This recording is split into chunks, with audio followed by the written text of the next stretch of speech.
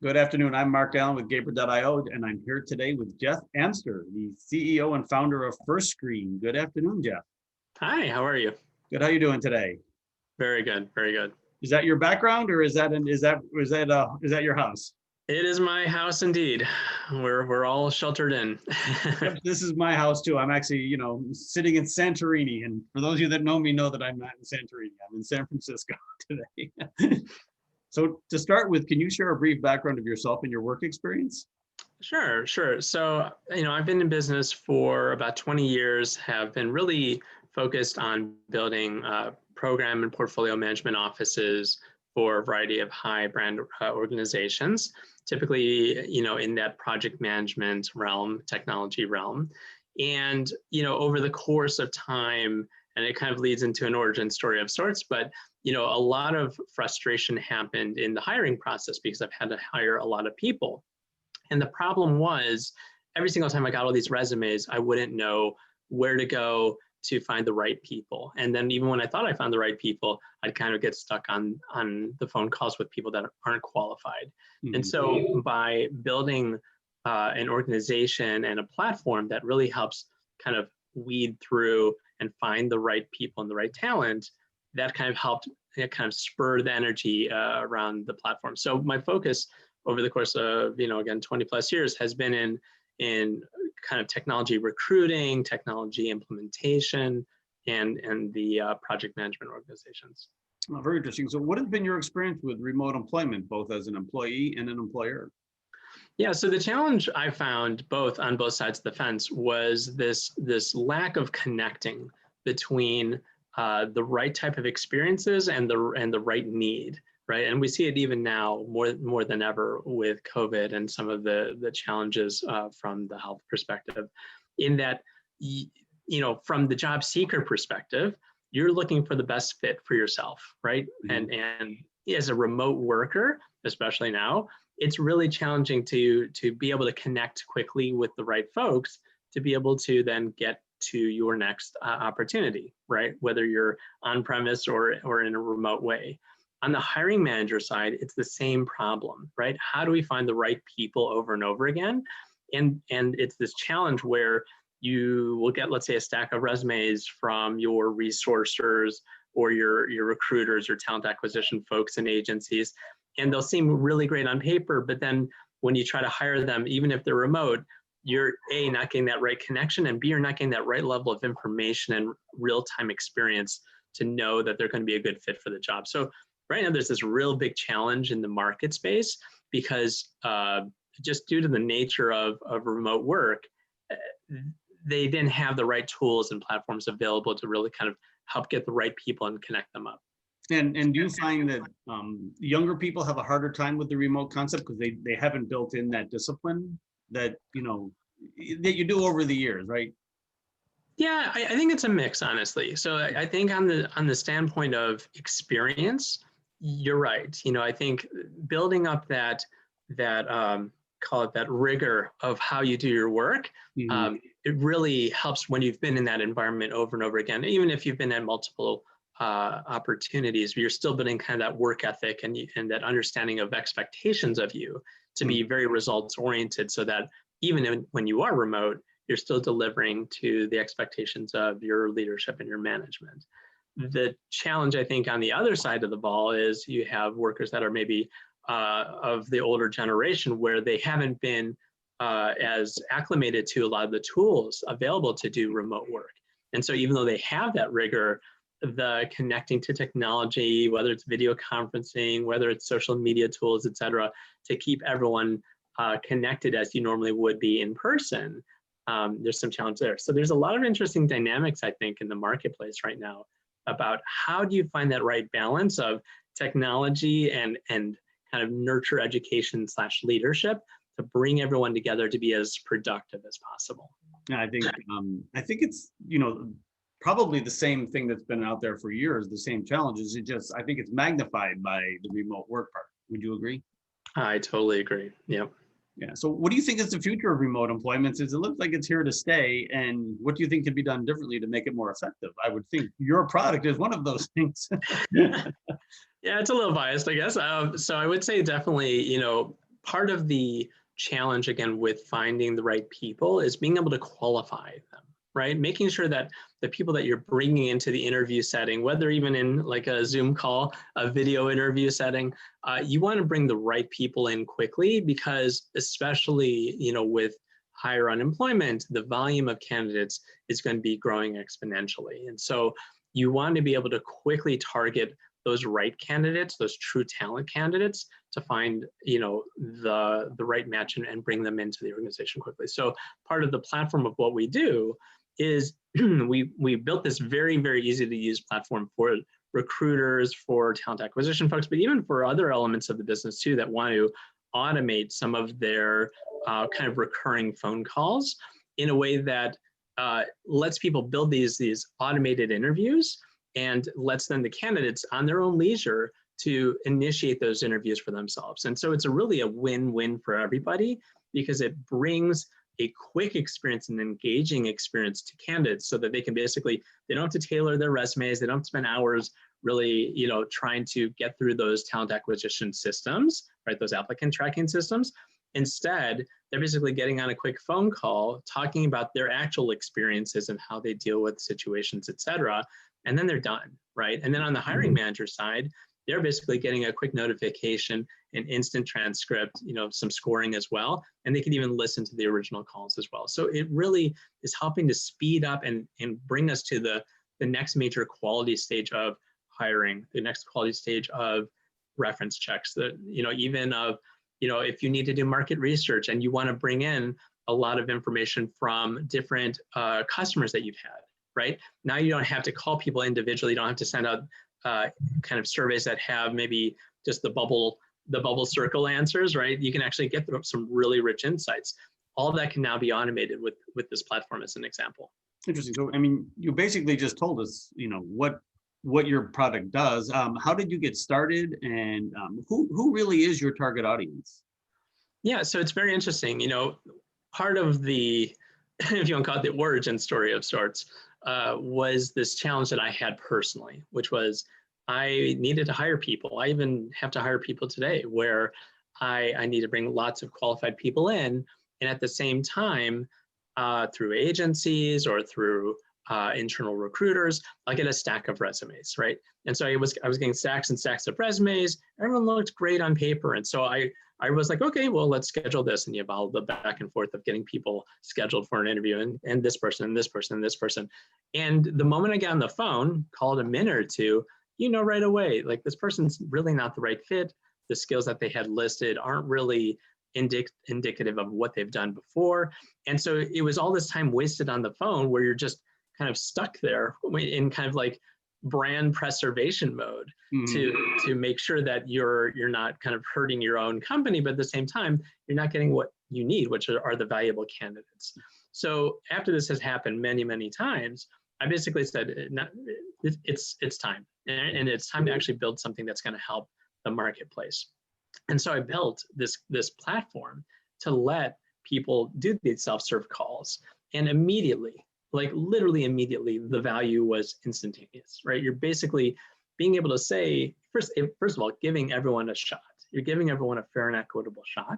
And at the same time, you're speeding it up, because you're getting these instant transcripts and scoring to basically find those right candidates quickly and be like, this person, they know what they're talking about. I want to talk with that person right away before they're picked up by somebody else. And so we continue to evolve this platform in a way where, it wasn't just interviews. Oh, now it's reference calls. Okay, well, in the HR space, they can be a real, time buster, just because you're trying to schedule all these calls. So now we're automating that. Oh, where else can we use this? Well, people want to do market research. Oh, well, this is great, because you can let people who are customers to learn about how they're using either your product or other products and services. And now you're getting that rich information. And again, this is all kind of self-serve calls, right? So it's not like you're engaging in robocalls and kind of some of the annoying aspects that you see in maybe other solutions out there. Very interesting. Wow. So it sounds like you've taken a problem, made a solution, and then applied it to other problems, correct? Similar type. Yeah. And then just out of curiosity, like the typical, let's just say you get 10 people that are interested, that want to interview for a job. They use your product to screen out. typically, what do you have numbers on the percentage of, people that make it through that first screen? So it really depends on the hiring managers, because the nice thing about the platform is the hiring manager themselves can configure what they're looking for. So if there's a particular, call it bullseye, that they're looking for a particular answer, that kind of comes together in what the actual candidate is saying to say, this person really did say what I was looking for them to say. This, or even a partial, right? Oh, they kind of got it, but they didn't fully get it. And all that comes together into a pretty complex scoring algorithm, kind of automatically, to basically give an automatic score to say, this person's going to be right and this person's wrong. So depending on how strict or how lenient you want to be, it can really vary on the percentages of where you want to cut the line to be like, yeah, these are really our top candidates. I want to reach out of these three. What I can say is, especially for high volume jobs, and I could see it even being very applicable today because of the unemployment rate, like those high volume jobs, this platform just really is a value to potential organizations, because now where you have 100 applicants, you have 200 applicants, you can basically say, all right, these are the top 10 I need to get to right away. These are the next 20 that, if the top 10 don't maybe meet the needs, you have them kind of sequenced by score, ready to go. Very interesting. So I would imagine it saves hiring managers and HR people a ton of time. Very much so, very much so. And then obviously even beyond the HR space, even more so too. Wow, that's great. So how did you incorporate the idea of remote at your company? Since you've been in business for 4 years, did you actually have an office when you started? And obviously now you don't. Yeah, so it's very interesting because we wanted to kind of quote, eat our own dog food, right? We were able to actually set up a remote company from the get-go, well before the pandemic hit, to be able to say, all right, if we can find the right talent, then it doesn't matter where they are, because they're going to be producing the right results. And we've had really great, success so far. Interesting. So you've never had an office? No. That's it. Right where you are, you're in your office, right? We're in our office, right? So we're basically able to fully be results oriented, but at the same time be completely distributed. And we use all the same collaborative tools that many organizations use today for video conferencing and collaboration, and even kind of online office productivity as well. And of course, our platform. Yeah. So there's the old joke. I don't know if you've ever seen it. Do I work from home or do I live at work? Do you ever feel that way? It's funny, you have to balance, but I mean, I think that's part of even the changes in the workplace today because of the situation where everyone's in, to make that better kind of work-life balance, to say, okay, this is my core time of when I really need to focus on being results-oriented to my work.